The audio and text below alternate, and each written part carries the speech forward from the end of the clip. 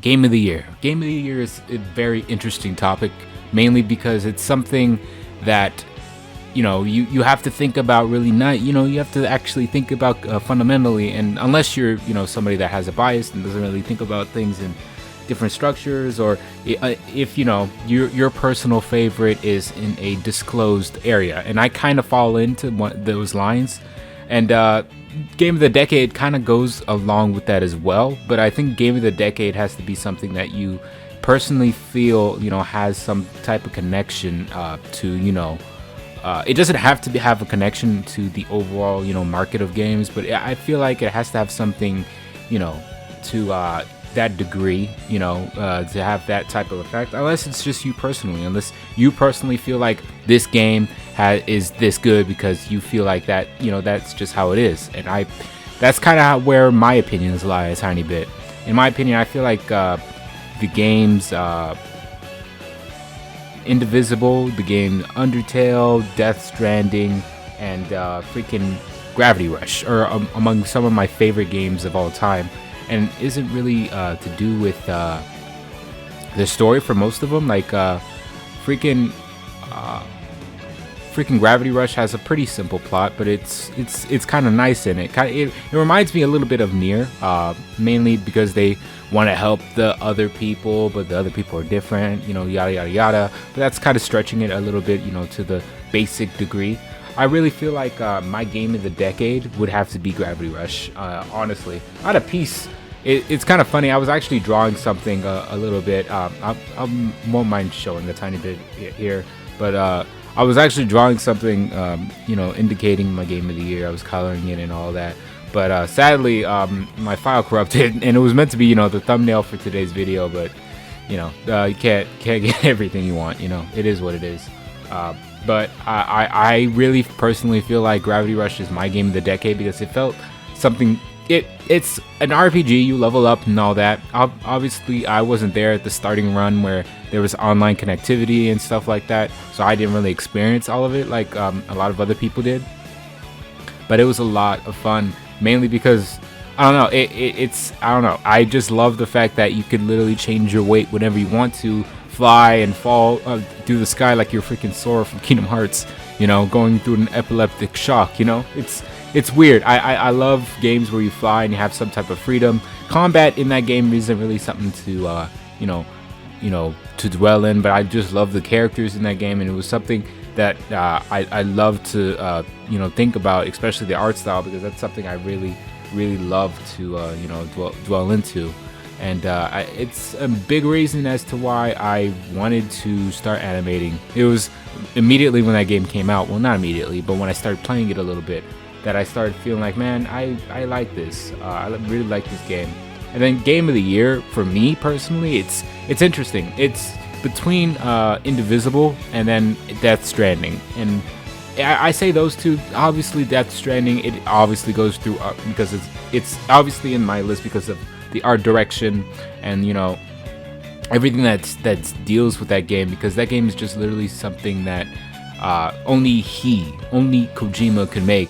And I wanted to talk about a video essay of some sort or a gaming essay where I talk about it a tiny bit, but I don't know. I felt kind of weird. I don't know. I still haven't found the time to actually do it, but I'm willing to give it a shot one of these days if you guys want to see it. But who knows? I really am excited for it though, for sure. For Kojima to see what he's going to be doing more and more in the future, because it took him, I believe, 4 years because of the studio that he was in, that he got transferred and everybody's waiting for the game. I believe it took him 4 years to make this game, but I could be wrong on that. I'm a big fan of Kojima's stuff because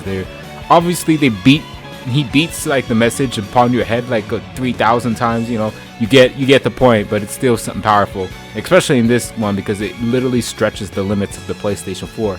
And I don't think there's anything that's going to be anything remotely close to this facial wise. Devil May Cry, Capcom in general, they've been pumping themselves up, showing up how awesome and how detailed their realistic textures are. But I don't know, I felt like Death Stranding really took it a step above, and I don't know if there's going to be another game that's going to be as close to this. Maybe RE3, but I think it's going to be the same engine that they've used for RE2. I forgot the name of the engine that they were using, but it's a custom-made one that Devil May Cry was using. And yeah, I love Death Stranding. I've talked about it a lot in this channel. Obviously, I haven't played it. I mean, like, I haven't played it on the channel. I have played it personally. I just haven't played it on the channel because I don't think anybody would, care to watch me play that game. But yeah, it's been an interesting year. Indivisible, I love that game to death. The characters and everything. The combat is so unique and niche. It's an indie game through and through, and I don't know. I felt like the game really took some steps in its own path. Took a lot of platforming, mixed it up. It's an interesting telling, it's something you don't really see a lot. I wanted to play that thing all through the channel, but I just felt like this channel shouldn't be primarily a gaming channel. But I don't know, it's a bad excuse. Mainly there are many variables, but I really hope that this coming year that I could try and practice not secluding myself and playing the games I want to play, and as well as scheduling myself. If I want to do video essays, I'll do video essays, but not just put everything forcefully in there, if you know what I mean. Like taking some time to actually breathe and look at what I'm doing and stuff like that, because that's something I have not really done for a long time, and I don't know, it's something I really need to work on. But yeah, Indivisible and Death Stranding and Gravity Rush are probably my favorite games of this entire decade. Undertale, I mean, like, there's some honorable mentions like Undertale and whatnot.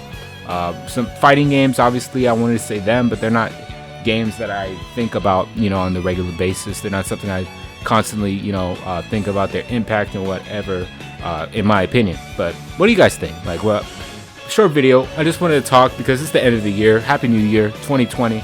We're all growing up, slowly. It's been interesting. Hopefully in the future I can learn a little bit more, and I'm going through some stuff IRL that might help me with this channel, boost it up a tiny bit in regards to its quality. But I do appreciate you guys for coming, being with me all through this. Obviously I feel like I've not done as much as I want to with this channel yet, but I really want to get there soon. But anyway, I'll see you guys next time.